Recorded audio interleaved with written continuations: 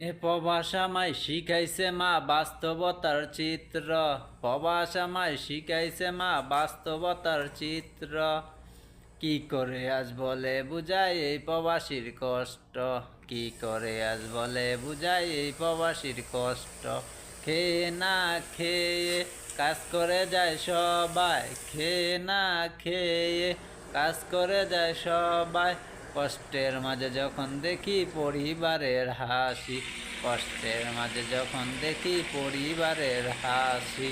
শরীরে এনার্জি নাই তারপরও হাসি। শরীরে এনার্জি নাই তারপরও হাসি।